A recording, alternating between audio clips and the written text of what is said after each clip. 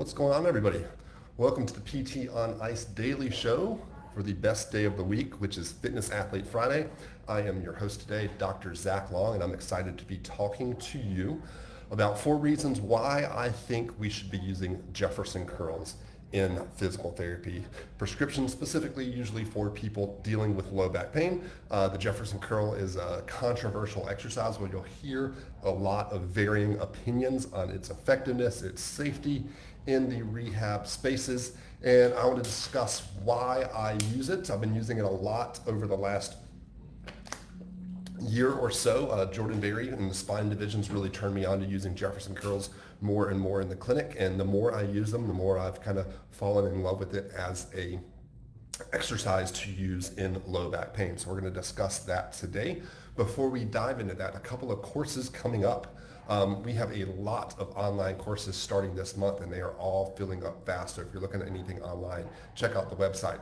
Live in person, a couple coming up over the next 2 weekends. So January 16th and 17th weekend is when we really start kicking off our 2021 teaching schedule. I will be in Scottsdale, Arizona with Megan Daly teaching clinical management of the fitness athlete live there. And Jeff will be in Richmond, Virginia teaching cervical spine management with Mark Gallant. I think Lindsay Huey might be there as well. I believe that they only have one more space left in that course, so you have probably only a few minutes left to go jump on that if you want to get into cervical spine management early this year.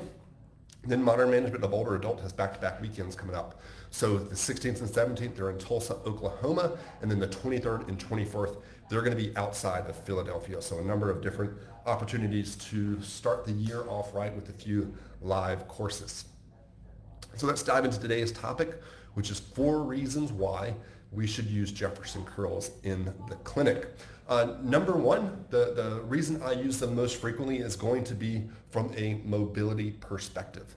So a Jefferson Curl, for those of you that don't know it, the typical traditional Jefferson Curl is somebody would be standing on the edge of a box or a step, fully upright. They're going to tuck their chin to their hip to their chest and then begin segmentally rounding their entire spine. So starting at the thoracic spine, rolling down into the lumbar spine as they reach down, usually holding a weight. So it is essentially, think of it as like a rounded back, straight leg deadlift. It's typically not going to be loaded maximally. We'll get to that in a few minutes, but that's in general what the Jefferson Curl is going to look like. And of course, a lot of people are worried about this from a safety perspective because we're looking at loading the low back in a rounded position. But I think it's important for us to remember that having motion in the spine is important.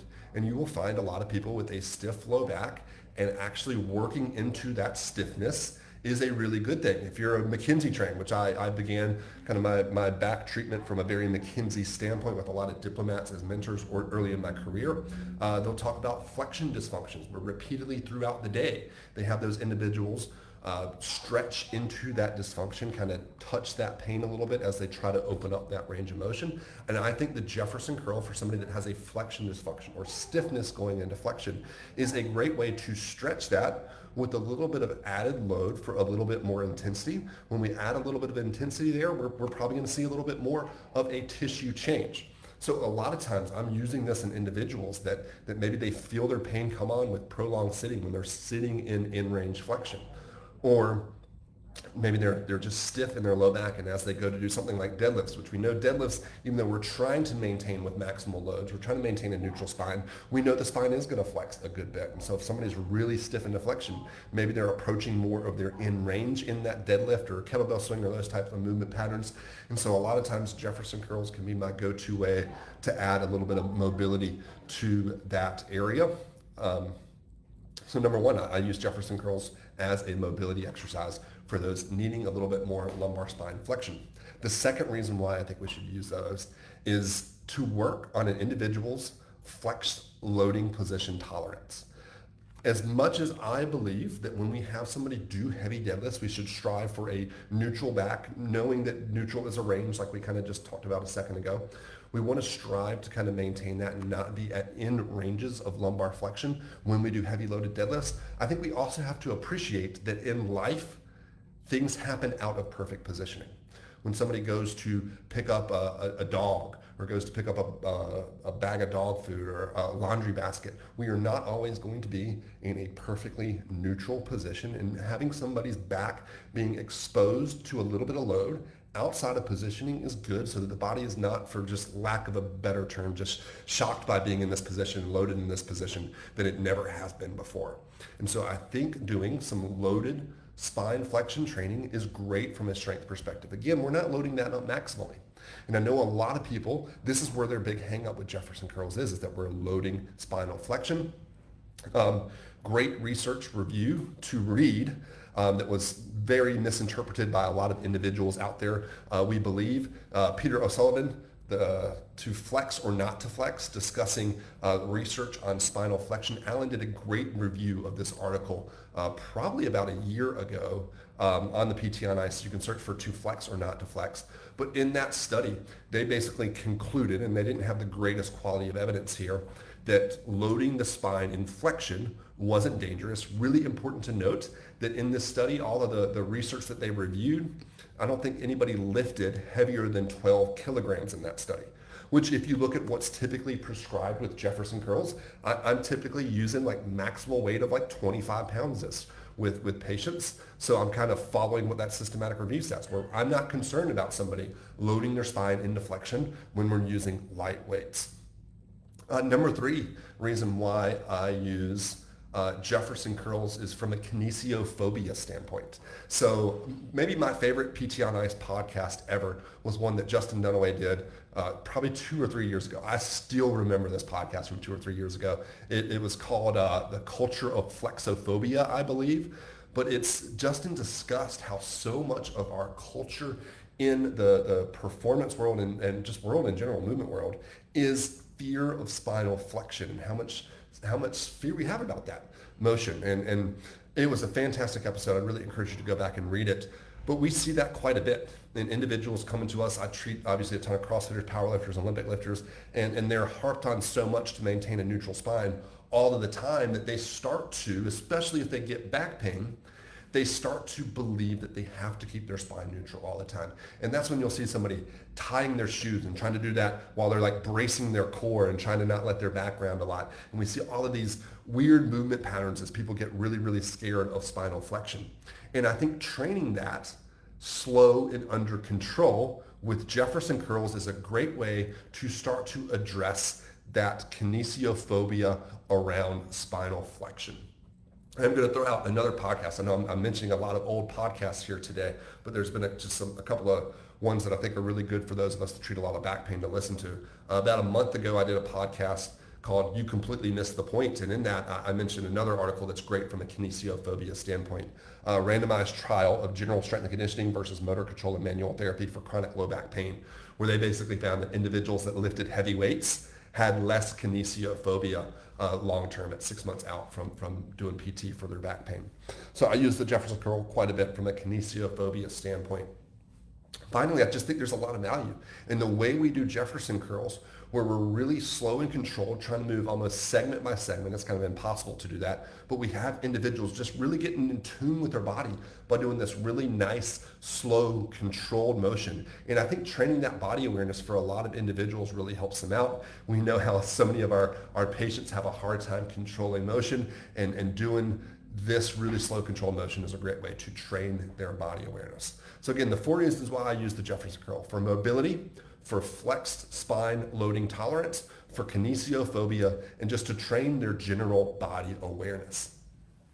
Now, I do want to talk about 3 different Jefferson Curl variations that I most commonly use. The first 2 Jordan taught me, and I really love these. These are usually my starting points. So the first one I typically start most people with when I'm wanting to work into this is doing a Jefferson Curl against a wall.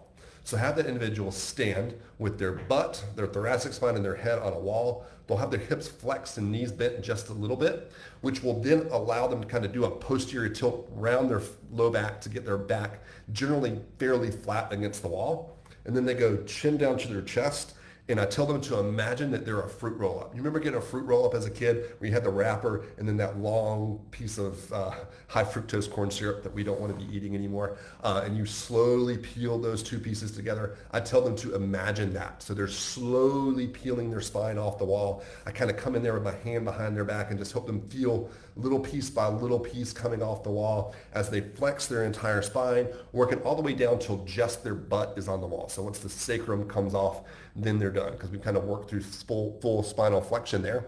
And then at the bottom, I actually have them do a pretty hard ab contraction. I say, imagine you're doing a crunch, and they should feel like they're really working their abs in that bottom piece. And then they return upright, kind of doing that in the opposite, where they're just slowly adding piece by piece of their spine back up the wall. So from there, another progression is you can basically do that exact same thing. Again, hold back flat on the wall, flexing down all the way. Once you get down to the bottom, the hands are across the chest. You can then work on rotating as far as you can side to side. And Jordan turned me on to this one. I love this variation. So when you add in that rotation side to side, you're really going to work that thoracolumbar junction, which is a really good money spot when individuals are dealing with pain. We really like cracking the thoracolumbar junction, but mobilizing it with this Jefferson curl with rotation is what I call it. When you work through that, it does a really nice job of opening that area up, working some mobility, dropping pain levels down a little bit. And then the final one, kind of your more traditional Jefferson curl, is what I'll often progress people to. So we stand on the edge of a box, we stand on the edge of a step, they're holding a kettlebell or a dumbbell or maybe a training bar, something that's light but then adds a little bit of intensity to this from a stretch perspective. And I just basically say, because usually they've been practicing for the last week or two doing that wall Jefferson curl, I say, now imagine we're still on the wall, we're still slowly peeling the spine off the wall, but we're not actually on the wall anymore. And we're holding a weight, and then we go to full spinal flexion, full hip flexion. So we're actually getting a little bit of, a little hamstring stretch in the bottom, a lot of lumbar spine flexion, thoracic flexion, and just getting a little bit of extra load into that Jefferson curl. So that's what I have for you today. Let me know what you think. Have you tried this in the clinic? Have you not? Have you done it yourself? Hit us up in the comments on Facebook. Love to have a little discussion around that. I hope everybody has a great weekend. We will be silent on social media through Monday, as we're just trying to respect everything going on countrywide right now. So hope you have a great weekend. Stay safe, everybody.